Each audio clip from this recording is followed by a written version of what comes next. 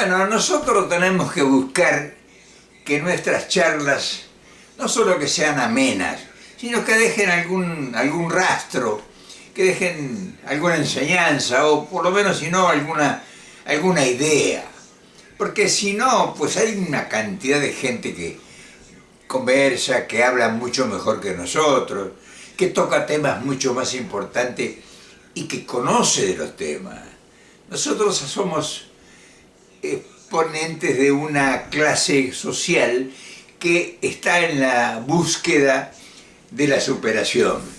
Pero no lo sabemos muy bien, o sea, estamos al tanteo también, porque cada vez que pasa el tiempo y avanzan las ciencias y las tecnologías modernas, pues nos damos cuenta que pues los que saben mucho pues patinan igual que los que no saben casi nada. O sea, vemos que guiados por la conducción política de un partido, de un dirigente, de un tipo que llega al gobierno, pues arrastra multitudes a cosas que realmente son lamentables. O sea que todo lo que saben, gente que se ha graduado en las universidades con diplomas de toda índole, con posgrados y patinan, o sea, no. O sea que estamos llegando a la conclusión a través de los tiempos de que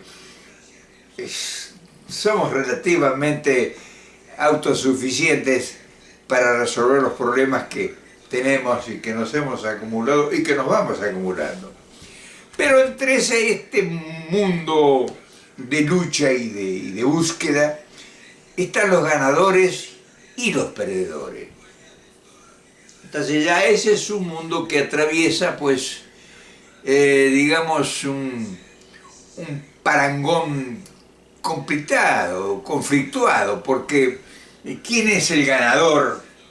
¿Y qué es ganar? ¿Y quién es el perdedor? Y perder. Y hay gente que no pierde, hay gente que ya nació perdiendo.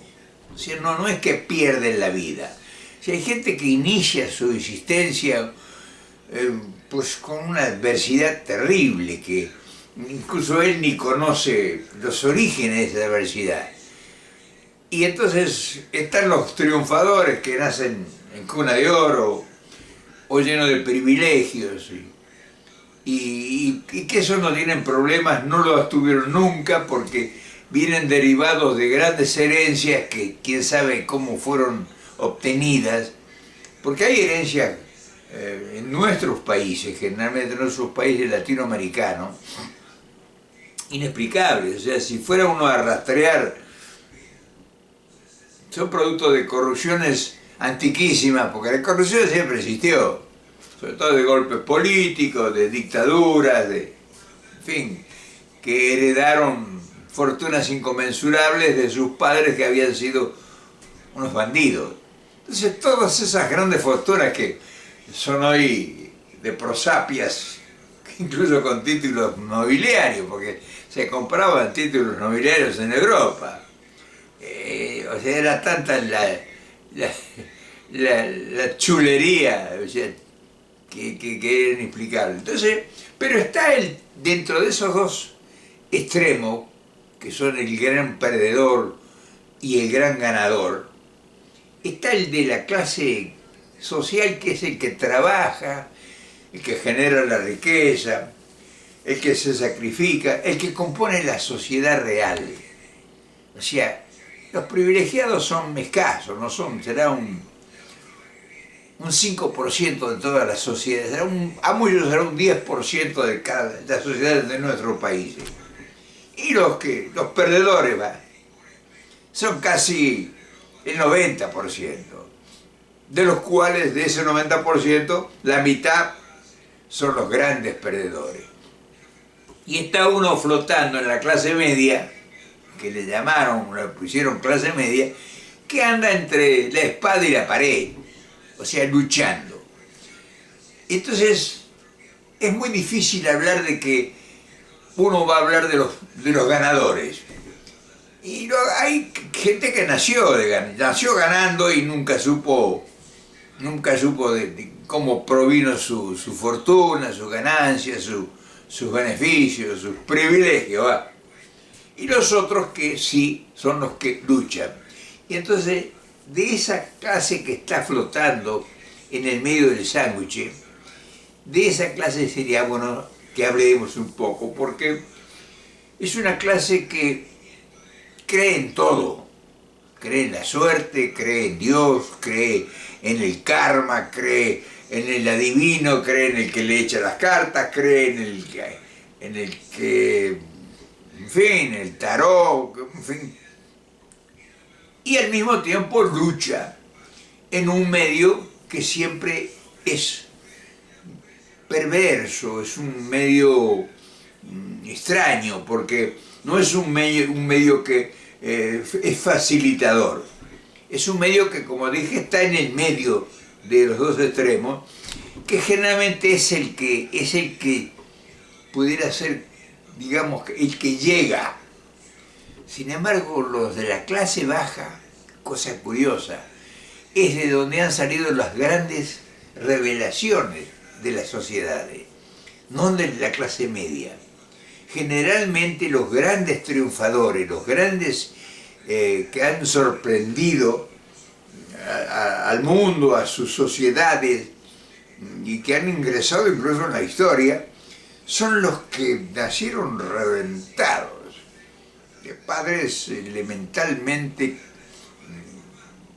escasos o negados de cultura, sin educación, sin ejemplo, sin oportunidades, perseguidos a veces por el hambre, por la miseria.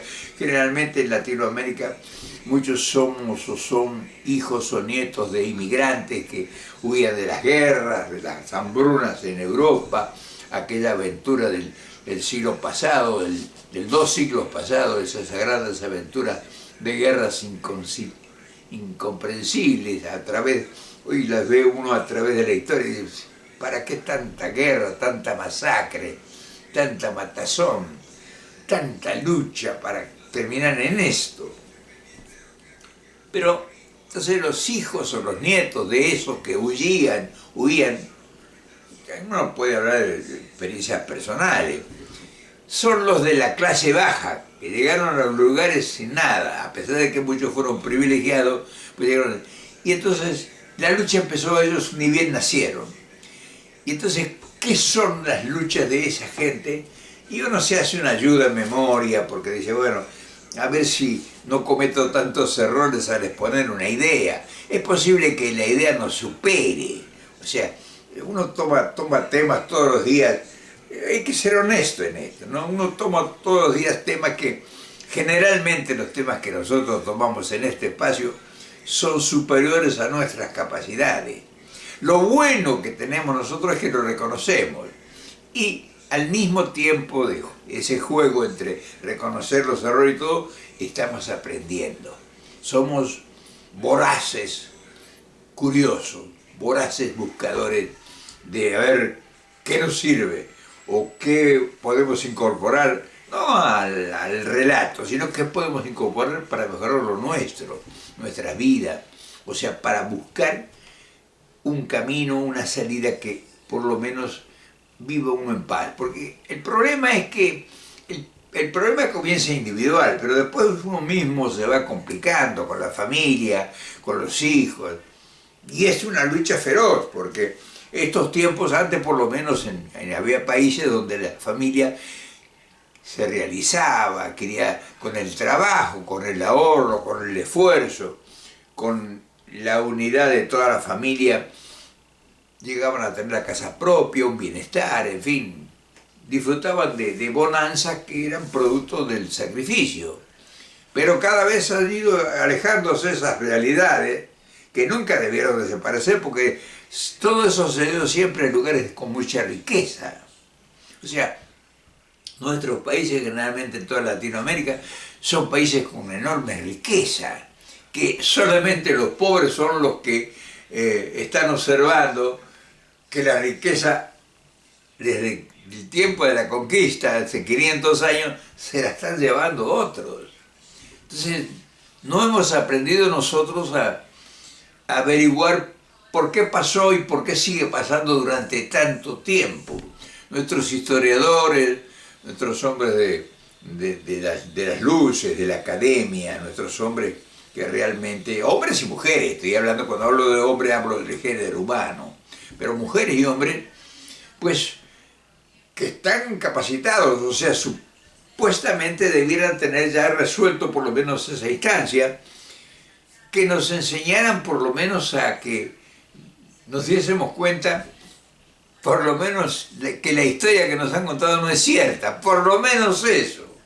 Nos han contado una historia que no tiene nada que ver con la realidad de lo que pasó. O sea, la historia de la conquista, de la independencia y todo eso, pues son todas historias inventadas, dibujadas para justificar que el latrocinio sea continuado. Y fíjate, decir, se ha dado resultado, porque no ha parado en todo el continente, en todos los países no han parado de llevarse hacia Europa o ahora hacia Asia la riqueza. Entonces, esa gente que somos nosotros, o que son nuestros hijos, o serán nuestros nietos, o fueron nuestros padres, o fueron nuestros abuelos, como los que le digo, los que están en el medio del sándwich, han tenido unas luchas a veces increíbles. Y esas luchas hacen que hoy nuestra sociedad, como siempre, tuvo ganadores y perdedores. Y claro, el que gana pues es soberbio, tiene fuerza, tiene orgullo, tiene presencia, o sea, desplantes naturales del ego natural con que nacemos todos.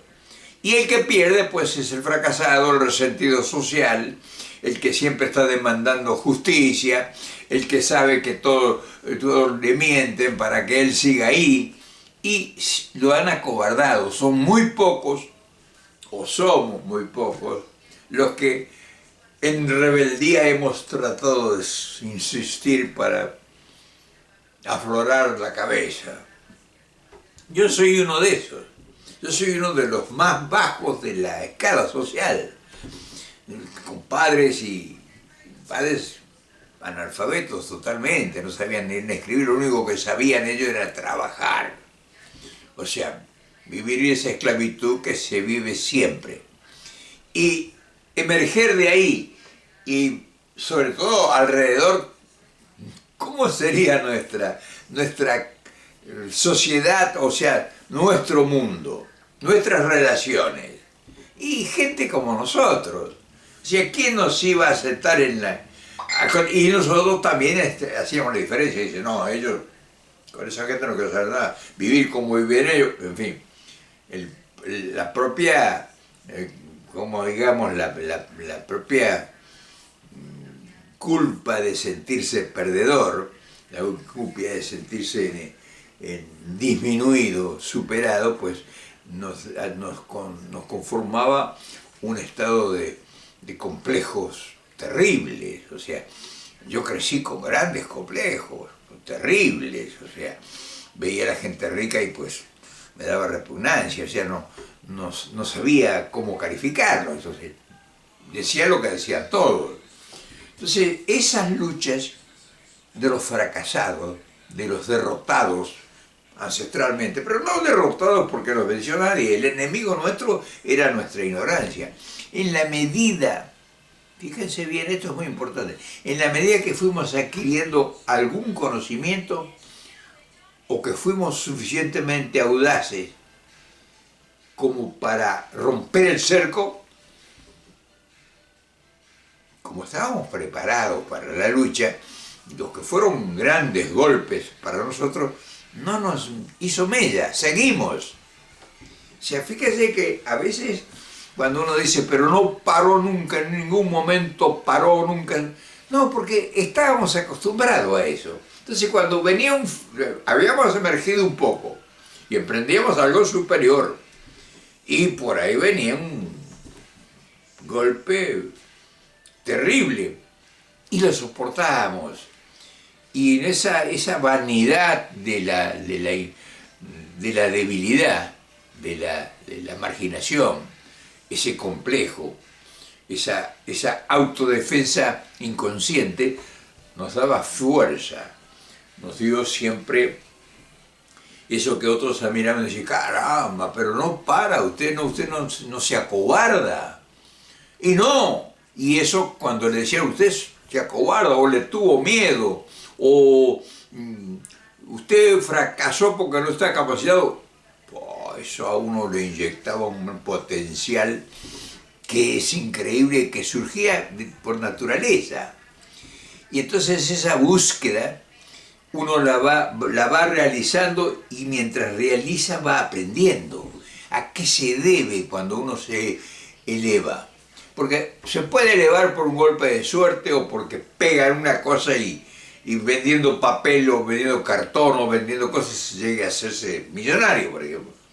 Pero no vive. Es millonario en banca, es millonario en riqueza, en posesiones, pero es pobre de intelectualidad, o sea, vive como un pobre que ha surgido pero que no le da valor a lo que realmente tiene valor, que es la inteligencia, que es el desarrollo, para disfrutar. O sea, por ejemplo, yo he encontrado gente en Europa, pasando por lugares, ruinas que son ruinas admirables de la antigüedad, que pasaban como... He ido a museos, yo he ido... Alguna vez me sorprendí, porque fui al Museo del Prado y me estacioné en esas obras de Rubens, impresionantes. O sea, conocía la historia de Rubens, entonces pues me asombró y Goya y todos esos grandes, Rivera, en fin, los grandes pintores españoles. Y el compañero que iba conmigo, yo estaba recién terminando de ver y de observar y de analizar los cuadros y los enfoques y los planos y las luces y las sombras de esa pintura, el color, cómo dominaban la capacidad de composición, en fin, todas esas pequeñas cosas que uno había aprendido.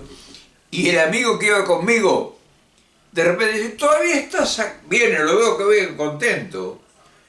¿Qué pasó? Le dije, hola Manolo, ¿cómo te fue? No, dice, ya vi todo. Había recorrido el museo y yo todavía estaba en la primera parte. Entonces fíjense lo que son las cosas. Y ahí noté las diferencias. Digo, caramba, es un buen muchacho, una buena gente. Había sido chofer de una empresa de ómnibus muy importante. O sea, era un buen tipo.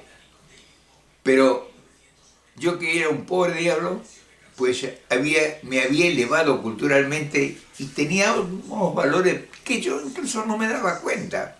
Pero ahí me empecé a dar cuenta que yo sabía cosas que él ignoraba y que a mí me producían una gran satisfacción. Y que yo estaba disfrutando ese museo con una sensación, con una emoción distinta a la que él y muchos otros que van a los museos, que viajan a Europa, que viajan como a las maletas, como a las valijas. O sea, viajan a la valija, viajan a todo el mundo. Pero, entonces todas esas cosas, uno a veces quiere conversar con la gente, porque dice, bueno, ¿por qué usted insiste durante tanto tiempo en lo mismo? Es que uno está acostumbrado a eso. Y cuando cree en algo, porque eso es una cosa es que te impongan algo porque la moda o porque te va a producir un beneficio o porque le vas a dejar una herencia a tu familia o porque, en fin, o sea, por la posesión, por la riqueza, por el potencial económico, por lo material. Y otra es cuando uno, sin darse cuenta, se da cuenta de que tiene otro mundo. Y el primer síntoma de que vives en otro mundo es el desprendimiento de lo material. Pero se aprende, no te digo porque yo en los primeros tiempos lo que creía era hacerme rico también. Y si podía comprarme un anillo de oro y un reloj de marca, pues me lo compraba. Y si podía mandarme a hacer un traje de medida, me lo hacía. O sea, y si podía comprarme un terreno o hacer una casa, pues y todo eso, pues posesiones y me sentía satisfecho, pero había una lucha interna conmigo mismo. O sea, yo no estaba feliz, trabajaba, me cansaba, pero no tenía un objetivo, no tenía un ideal. Y como a los 40 años, fíjense, comencé a sentir una sensación extraña, sentir ideales. ¿Y por qué se produjo eso? Porque yo, sin darme cuenta, era distinto. En vez de juntarme con los muchachos a jugar al billar, o jugar a las cartas, o jugar a... En fin, o jugar al irme al potrero a jugar al fútbol, se me había dado por leer, que fue también una cosa fortuita que ya le he contado en otros videos, de por qué se originó la lectura en mí. Entonces, por ahí llegó un tiempo que yo posesionando cosas materiales se me había hecho hasta fácil. O sea, yo había aprendido a hacer dinero trabajando. O sea, mientras otros estaban haciendo tranzas o negocios fatuos, o sea, transacciones negativas o, por ejemplo, planeaban un accidente de carro y cobraban después un juicio y cobraban 50 o 100 mil dólares. Eso lo vi acá. Y estaban felices de la vida, habían ganado el juicio, el abogado se había llevado el 30%. Y mientras todo eso hacía, me decían, no, sos un estúpido, que trabajaste a matar, mirá, yo tengo... Y resulta que yo iba haciendo dinero con el trabajo. Y entonces, en vez de todas las jugadas y todas las cosas, leía. Y sin darme cuenta, no es que vamos a decir que por inteligencia o porque yo era distinto, no, mi origen había sido, nunca perdí la vista de mi origen. O sea, esa fue mi fuerza, el respeto a mi origen. Yo sabía que yo estaba construyendo un hombre dentro de mí mismo. Y claro, fíjense, ha transcurrido la vida, he atravesado una vida largo tiempo, casi 90 y pico de años, no, casi 94 años voy a cumplir el mes que viene, no, en diciembre, 2 meses. No, un mes, el mes que viene, diciembre. Y soy otra persona. Y entonces, ahora como tengo la paz de que no me desespera la posesión, porque uno pierde mucho tiempo en hacerse, uno pierde mucho tiempo en querer hacerse rico, porque cree que si se hace rico, resuelve todos los problemas. Yo lo supe a tiempo, que la riqueza, porque conocí mucha gente que era rica y que no era feliz. Yo conocí gente, a lo largo del camino he conocido gente enormemente rica, y gente muy seria, muy buena gente, pero millonarios, y no eran felices. No eran felices en su casa, con sus hijos, tenían problemas con droga, los hijos, que se habían ido, que la hija se había enamorado de un vago, Entonces vi gente muy rica con los problemas económicos resueltos, una gran casa, automóviles sin posesión, dinero en el banco supuestamente tenían, porque tenían grandes negocios y todo, y no eran felices. Y entonces dije, caramba, esta gente pues no tiene problemas económicos. O sea, había dedicado su vida a hacer eso. Y yo había dedicado mi vida a mis ideales. Un loco lindo, dice, no, es un loco, tira todo. Anda, mientras en vez de divertirse, anda buscando, se quiere hacer el ilustre, quiere ser inteligente, quiere parecer inteligente. Pero ahí es cuando nacen los ideales, cuando empezás a ver que el problema no es personal, sino el problema es de general. Cuando te empiezas a dar cuenta que los problemas que pasamos nosotros no son solamente individuales, así como los países no tienen problemas individuales, sino que están entrelazados, y los políticos todavía no lo entienden, y luchan desesperadamente para resolver sus problemas localmente, o sea, su aldea, no se dan cuenta que el problema de la humanidad es la unidad general. Por eso ahora con la inteligencia artificial, ojalá eso termine.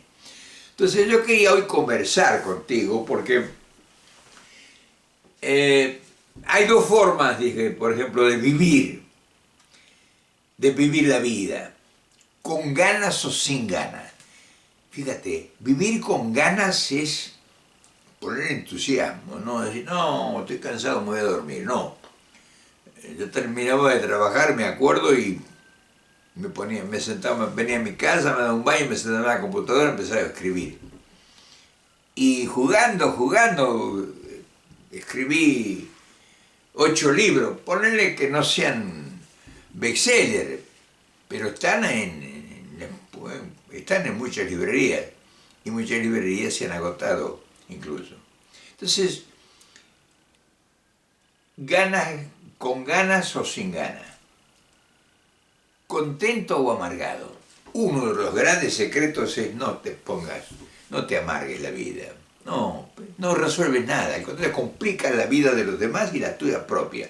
Trata de, por todas las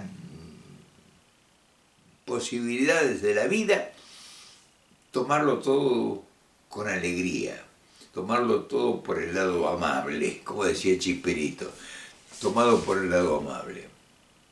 Contento o amargado, pues ya te lo dije. Otro de los grandes problemas es la pobreza y la riqueza. No seas ambicioso, porque el día que te pongas a pensar de que todo lo que tienes no te lo puedes llevar, y que lo que creías hasta ahora que ibas a dejar una herencia, lo que menos va a valer es lo que le dejes a tus hijos o a tus familiares. Generalmente esa fortuna que tanto te costó hacer, no va a disfrutar uno que ni se va a acordar de quién era por quién llegó él a posesionar riqueza. La riqueza no es la solución de nada. Optimista y pesimista. Siempre ser optimista. Siempre creer que es posible cualquier emprendimiento, cualquier idea que tengas. Nunca, cuando te pongas una idea o que descubras un propósito o que inicies un proyecto, nunca dudes. Fuerza. No hay duda. Que no te detenga nadie. Que no te debes por delante a la gente. Sé respetuoso, pero tampoco que alguien te venga y te desanime y te dice, no, abandona todo. Ignorante o educado, ya lo hemos dicho. Buscar una cosa muy importante, tener buena salud. Y claro, buena salud, dice, no, pero yo me enfermé, no. Depende cómo lleves la vida. O sea, el organismo es un instrumento, es una herramienta. Depende cómo trate las herramientas. Un serrucho corta bien si lo cuidas, no cortas clavos. O sea, un martillo lo cuidas si no lo dejas tirado en cualquier lado y no lo encuentras. En fin, el cuerpo es una gran herramienta. Tu alimentación es fundamental. Los excesos son la gran desgracia. O sea, cuida no te voy a decir qué es lo que tienes que comer, pero es muy importante que cuides tu organismo siempre. Los excesos de los vicios, por ejemplo, tomar. Disfruta el licor. A mí me gusta tener un buen coñac, un buen tequila, una buena vida, pero tomo una copita porque yo disfruto el sabor de un licor que se llevó 10 años a hacerse. O un buen vino, pero me tomo una copa de vino, no me tomo una botella. O sea, fumar, en fin, y tantas otras cosas, la droga y todo eso, sí, a lo mejor dan un placer extraordinario, pero...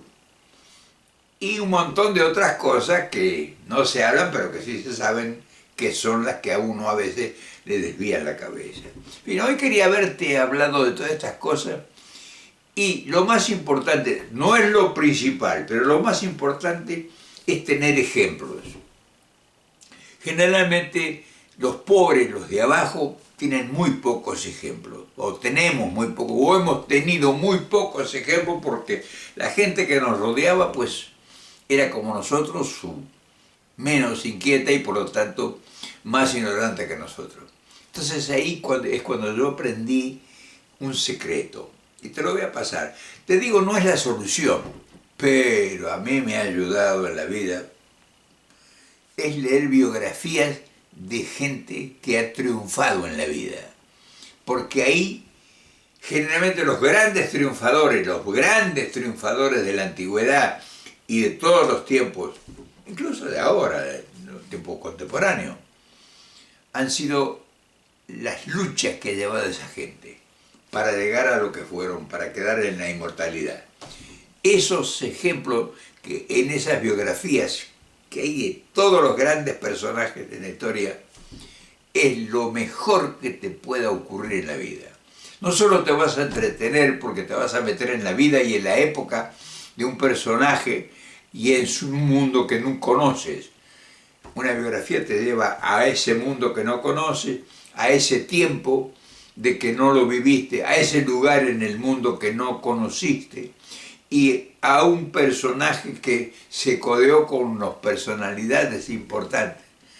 Y son extraordinarias las vidas. Por ejemplo, por decirte uno, Thomas Alva Edison, que fue el descubridor de estos milagros de la luz de la lámpara. Edison fue un hombre que fracasó 1000 veces, confesado por él, para hacer la lámpara eléctrica. 1000 veces. Y entonces cuando le preguntaron, así que usted estuvo 1000 veces y fracasó, dice, no, 1000 veces estuve aprendiendo a hacerla. Y al final terminé, que nos dio esta maravilla que es la luz eléctrica. En fin, quería conversar contigo hoy porque es bueno a veces, de vez en cuando, que alguien que sea tu amigo, que lo consideres cercano a ti, te hable de estas cosas que generalmente uno no tiene tiempo de escuchar a los demás. Así que te agradezco el tiempo que me has dedicado y te mando un gran abrazo. Seguimos hablando y buscando cosas que sean importantes. Pero porque el más importante en este caso son ustedes, los más importantes. Así que les mando un abrazo a todos.